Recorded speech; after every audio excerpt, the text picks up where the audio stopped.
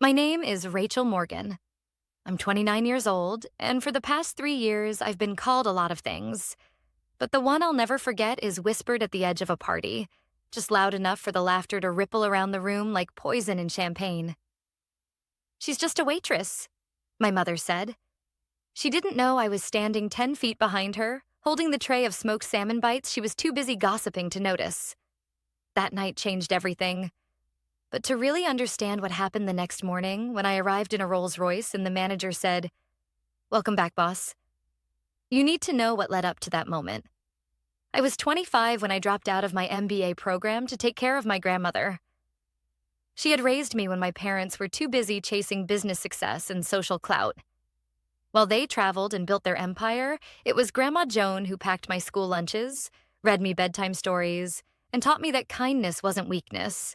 It was strength. When she got sick, I couldn't just put her in a home like my parents suggested. So I came back to my hometown and took a job at Delaney's, a local upscale restaurant, waiting tables at night and caregiving during the day. It wasn't glamorous, but it paid the bills. It also gave me something else: a front row seat to the kind of power games my family thrived on. My mother, Carol Morgan, ran a local PR firm. Think pristine white blouses, sharp heels, and even sharper smiles. My father, Harold, was a partner in a logistics company. My younger sister, Vanessa, had just gotten engaged to the son of one of my father's business associates. That engagement party? It was the social event of the month, and apparently I wasn't invited. Technically. Vanessa had said, "You're welcome to stop by after your shift, Rach." No need to dress up.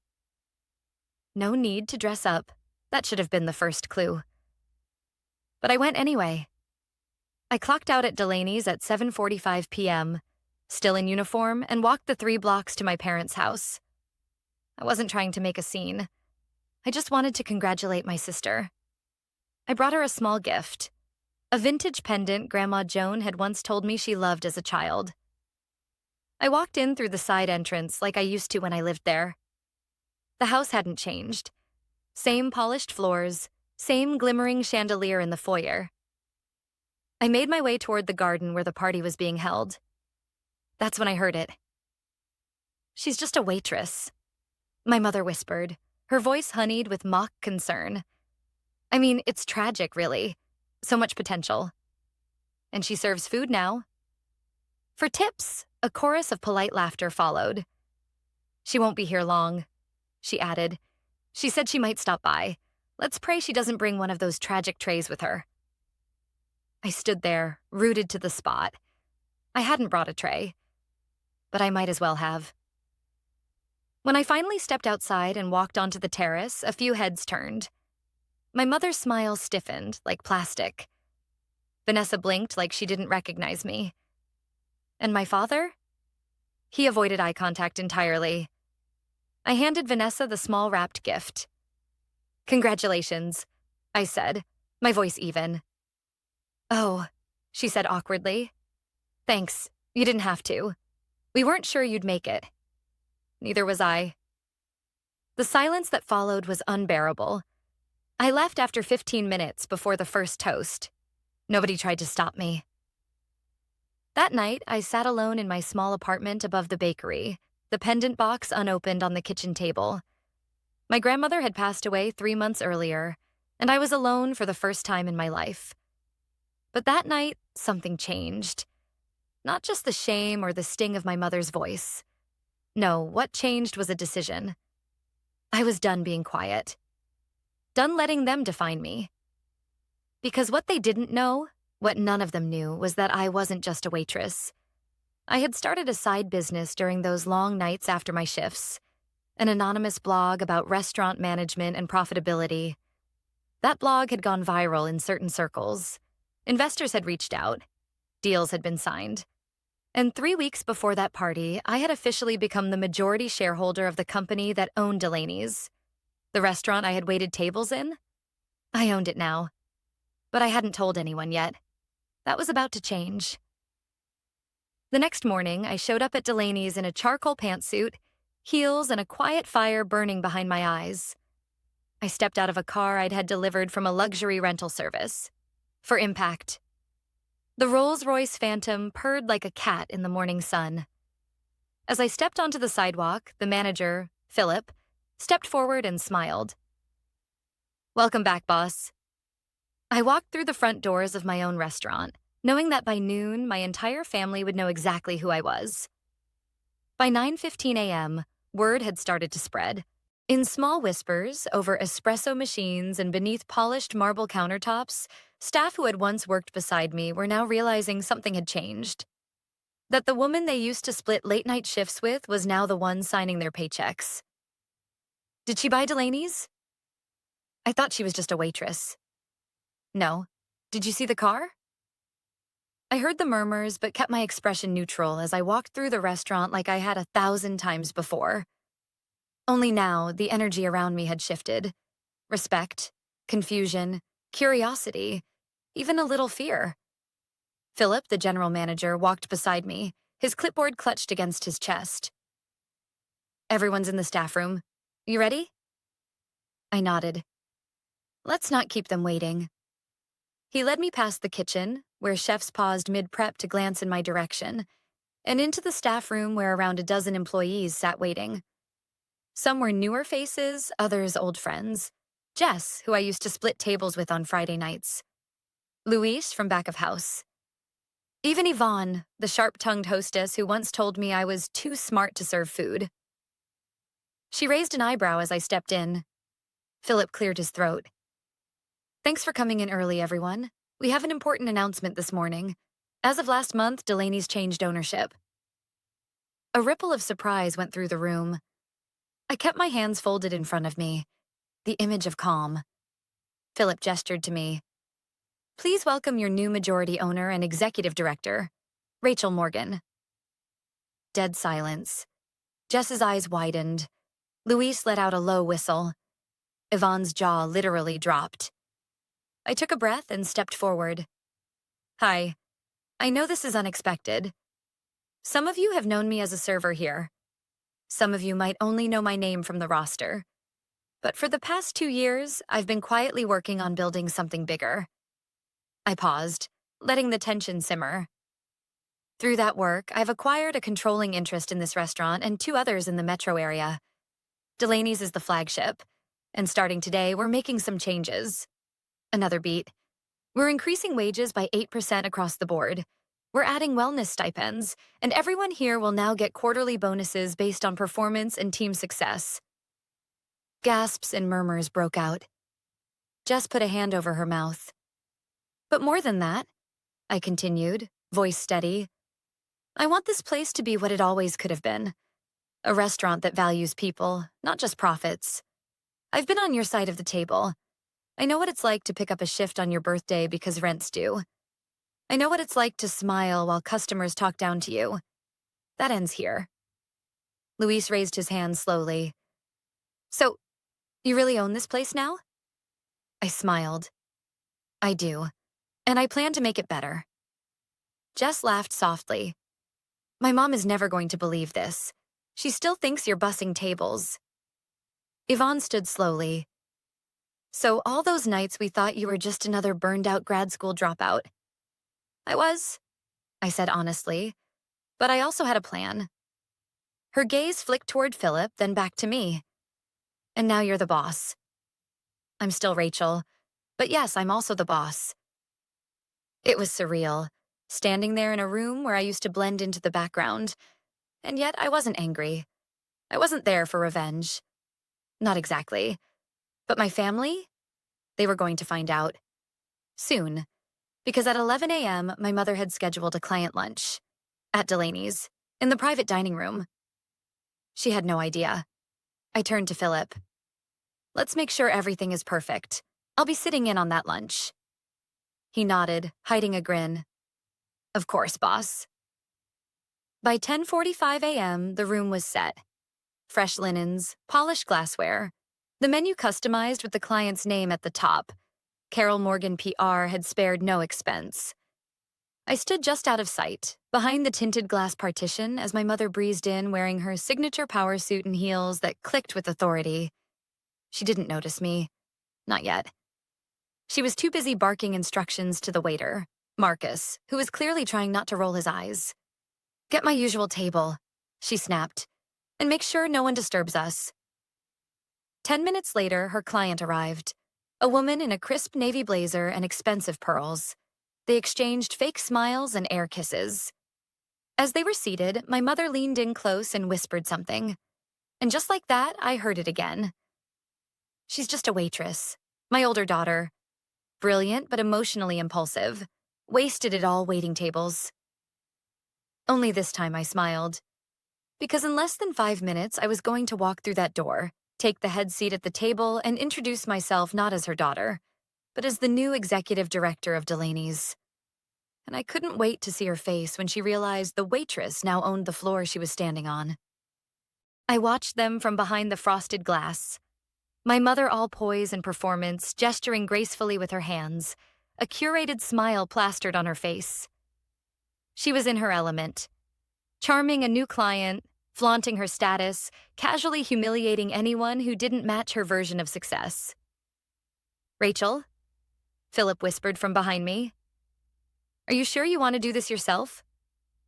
I nodded. "It has to come from me." He gave a small, proud smile. "Then go knock them out." At exactly 11:07 a.m., I walked into the private dining room. The door slid open silently. My heels clicked against the polished floor. Deliberately so. My mother glanced up, ready to scold a server for interrupting. And then she froze. So did the client. I stepped forward calmly and extended a hand to the woman across from her.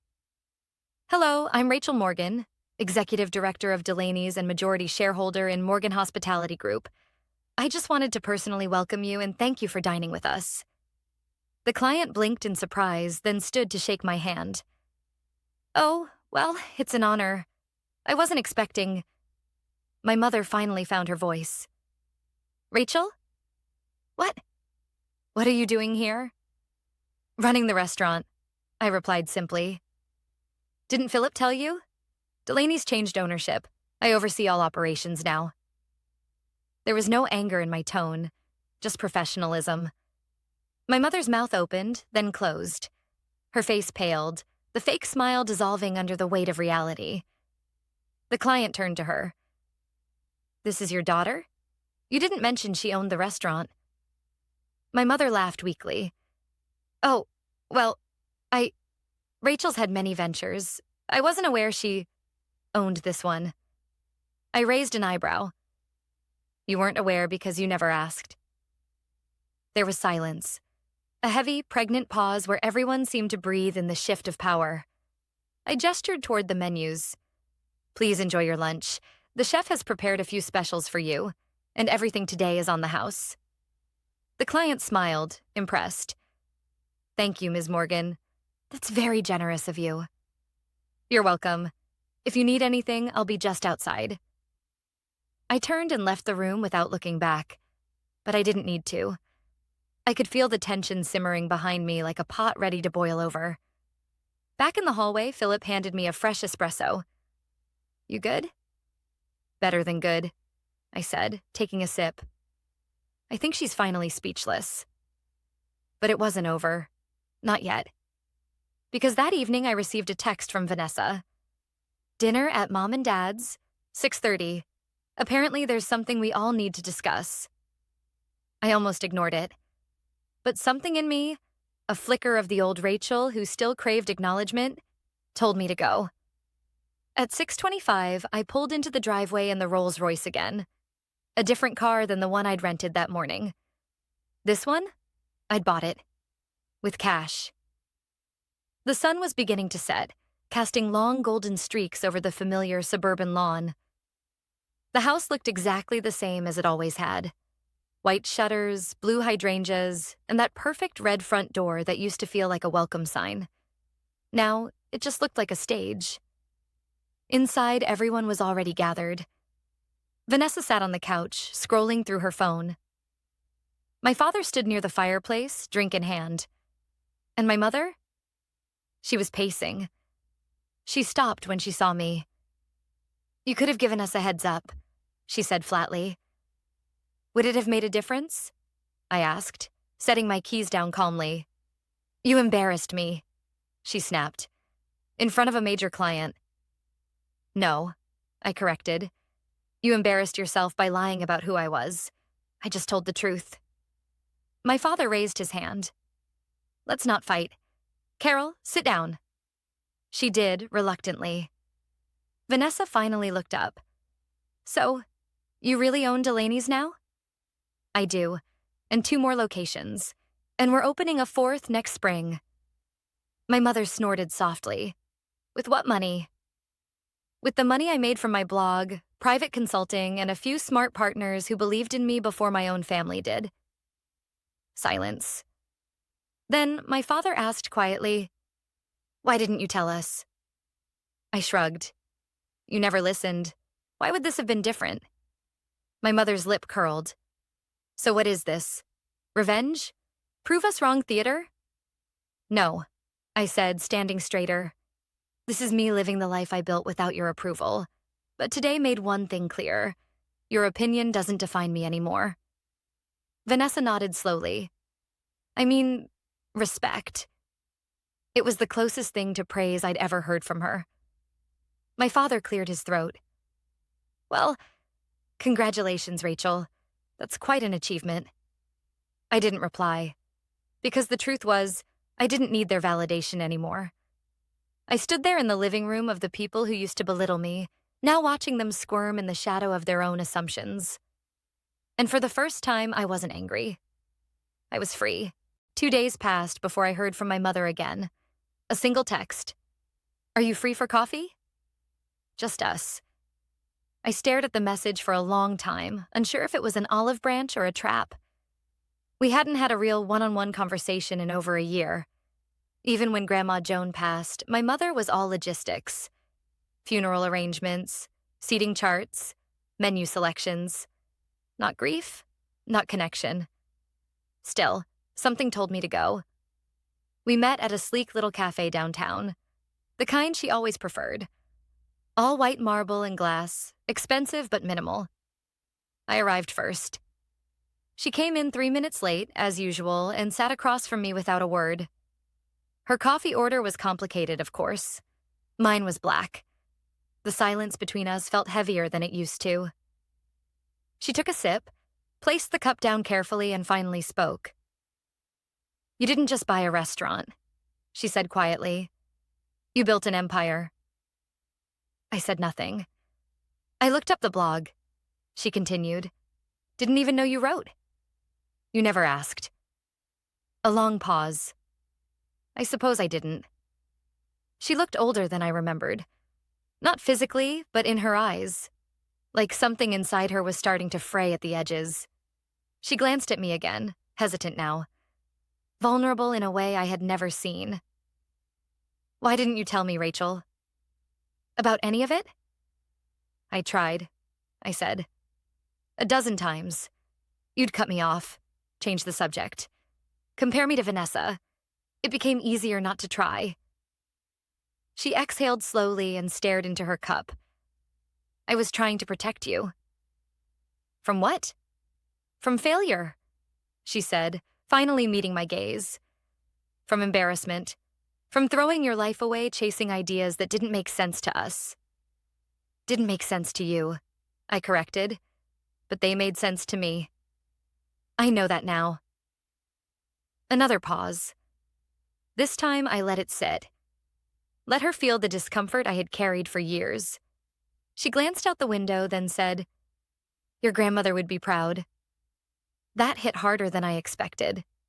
She was the only one who never doubted me, I said, my voice quiet. "She believed in things we didn't understand," my mother admitted, "and now I wish I'd listened to her more." There it was. Not quite an apology, but something close.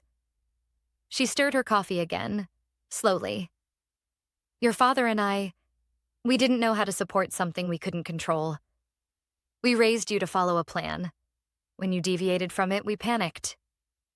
And judged." "Yes," she said to her credit. "And judged." We sat in silence for a while, the hum of the cafe surrounding us like static. Then she asked something unexpected. Would you ever consider consulting for my agency? I blinked. What? PR is changing. Digital strategy, storytelling. Your skills could help us. And frankly, I'd rather bring you in than hire another overpriced agency that doesn't get it. It wasn't just a peace offering. It was respect, finally verbalized. I considered it. Let me think about it. She nodded. Of course. Then she reached into her purse and pulled out a small velvet box. She placed it on the table, sliding it toward me. What's this? I found it in Joan's things after she passed. She said it was meant for you. I opened it slowly. Inside was a delicate gold necklace. A locket. I recognized it immediately. She used to wear it every Sunday. I clicked it open. Inside was a tiny photo of me at 5 years old and a folded slip of paper. I unfolded it carefully. In Grandma Joan's handwriting were the words, "Never forget what you're capable of, even when they do." Tears welled before I could stop them. I closed the locket and held it tight in my palm. She always saw you, my mother whispered, even when we didn't. I nodded. She left me the house, I said quietly. In her will. I know. I plan to keep it, restore it, maybe turn it into a creative retreat for young women starting over. She smiled a little. That sounds like something she would have loved. We sat there in silence, the air a little less tense, the space between us a little less jagged. Maybe this wasn't about winning anymore. Maybe it never was. It was about choosing to become more. Not to prove others wrong, but to prove yourself right. 2 weeks later, Vanessa got married. A lavish affair at a vineyard just outside the city. Think chandeliers hanging from trees, violin quartets playing pop music, and centerpieces so large you could barely see across the table. My mother had started referring to it as the event of the season in her group chats. I had kept my distance during the planning, not out of resentment, but because I had stopped asking to be involved in things I wasn't really welcome to participate in. Until I received the invitation. Hand-delivered, formal, embossed in gold foil. Inside was a handwritten note from Vanessa. I know we've been distant, but I want you there. You matter, even when I don't say it. Love. V. It wasn't dramatic. It wasn't emotional. But it was real. So I went. And this time, I didn't walk in unnoticed. I pulled up in my own Rolls-Royce, no longer rented, but purchased the week prior after closing a multi-year consulting contract with a restaurant investment group out of Chicago. They'd discovered me through my blog and were interested in buying into my brand. The first meeting was only supposed to be 30 minutes. It lasted 5 hours. The contract they offered changed my life. Again. As I stepped out of the car, dressed in a navy silk gown and classic heels, people turned.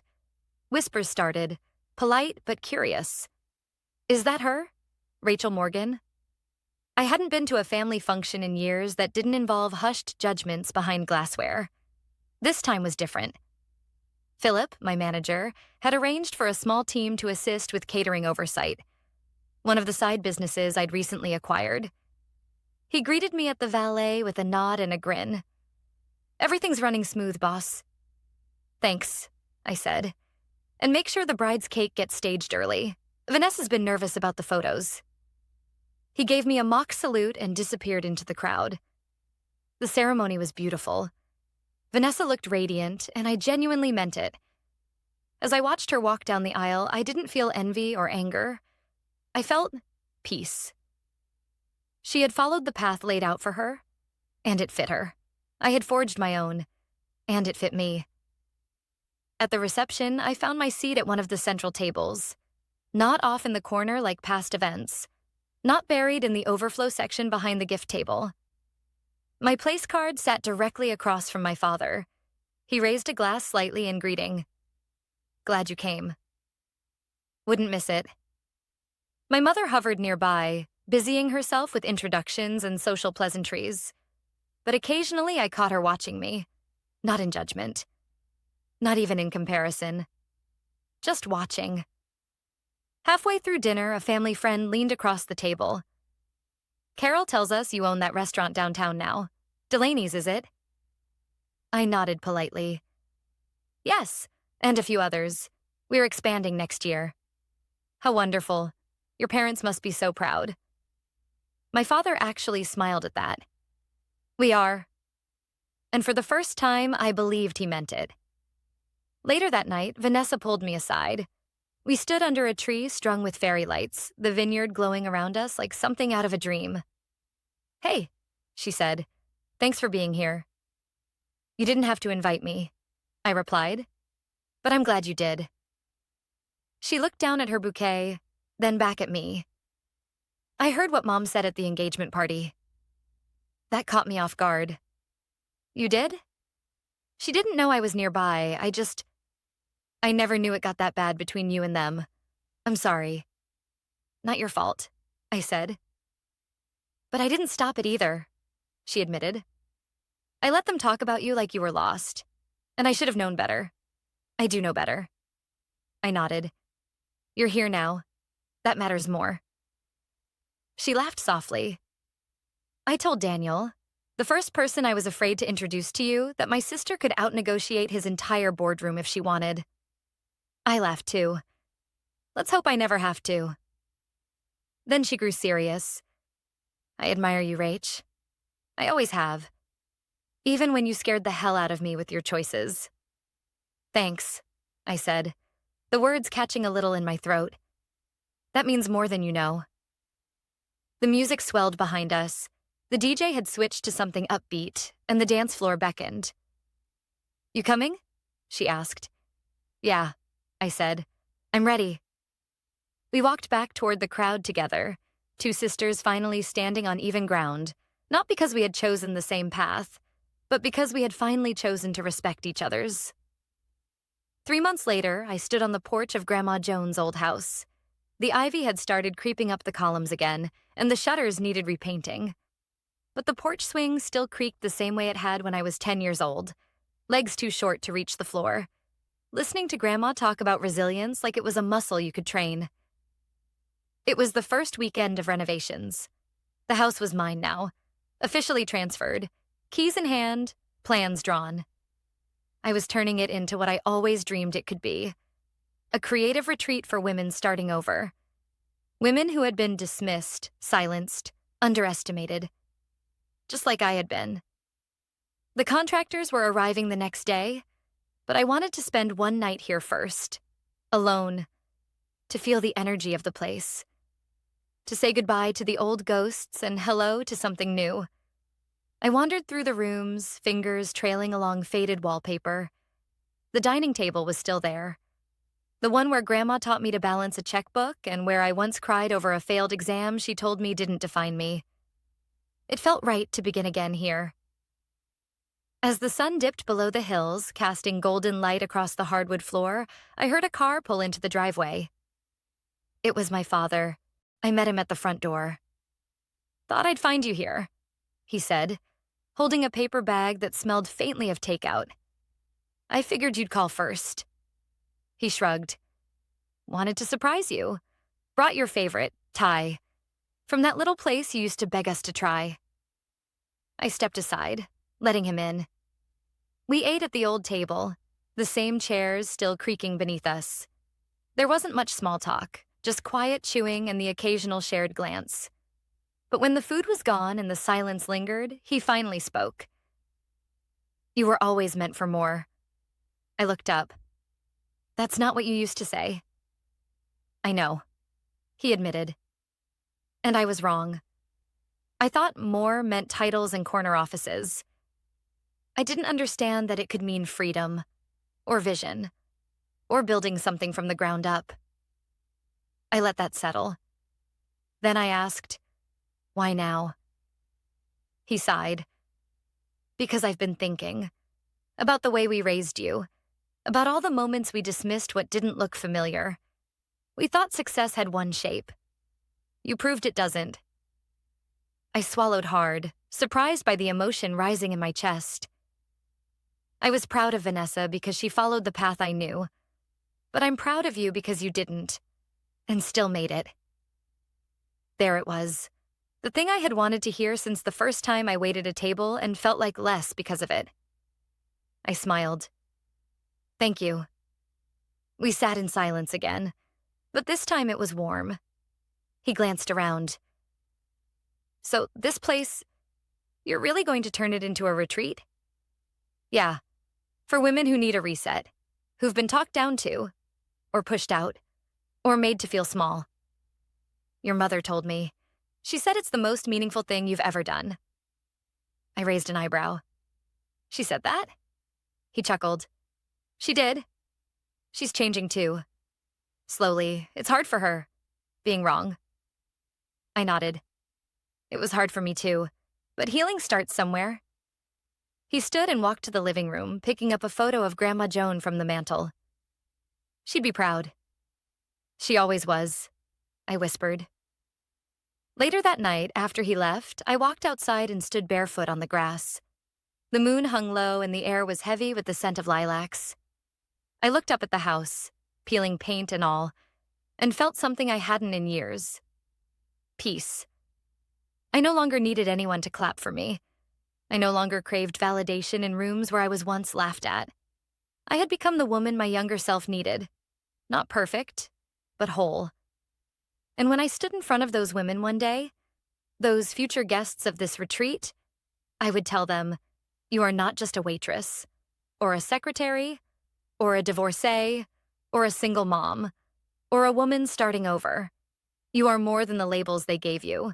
And your path is not just valid, it's powerful, just like mine.